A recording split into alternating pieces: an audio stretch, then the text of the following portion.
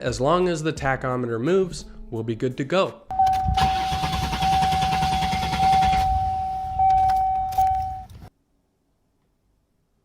Crank position sensor it is. Before we do anything, we'll go ahead and disconnect the negative battery terminal. Let's get the car in the air and take the wheel off.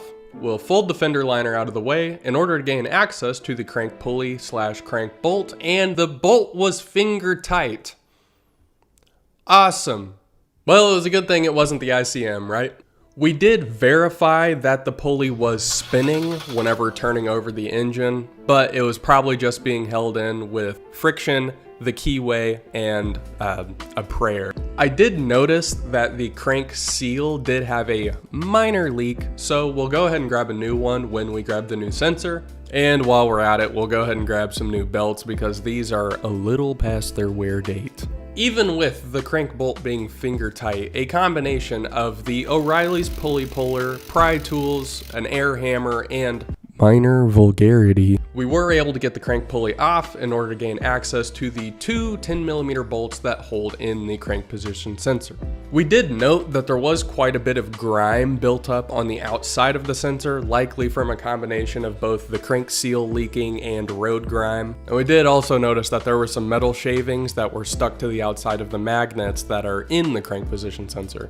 With the old sensor removed and the new one in hand, we'll compare them to make sure that they are identical and begin the install. We'll throw in our two 10mm bolts, plug in the new sensor, go ahead and throw in our new crank seal. We'll line up the pulley with the keyway and use the crank bolt itself to suck it back down in place. Put the wheel back on, lower the car back on the ground, and install our two new serpentine belts. And now with everything back in, let's reinstall our negative battery terminal, put the key in the ignition, and bring this boat back to life. Right on. Right on, man. Awesome. It could never be that easy. And down the rabbit hole we went. We pulled a couple of the spark plugs, and I mean, they looked a little worn, but nothing that wouldn't cause it to start completely. I had a gallon or two of gas in one of the gas cans. I threw it in there just to make sure that yes, it does have fuel. We started checking spark, but then we remembered I do still have the ignition control module from the previous video, so we decided to go ahead and throw it in just to rule it out.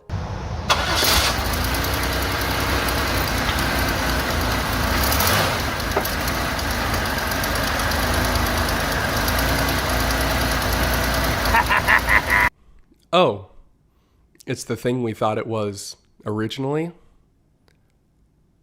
Sweet. Well, at least the crank bolt is tight, I guess. We took it on its first maiden voyage around the block just to get all the juices flowing, make sure the suspension is in place, all that stuff. Verified that the air ride still works. But we didn't just want a running, driving car. We're after the perfect daily. So let's get started.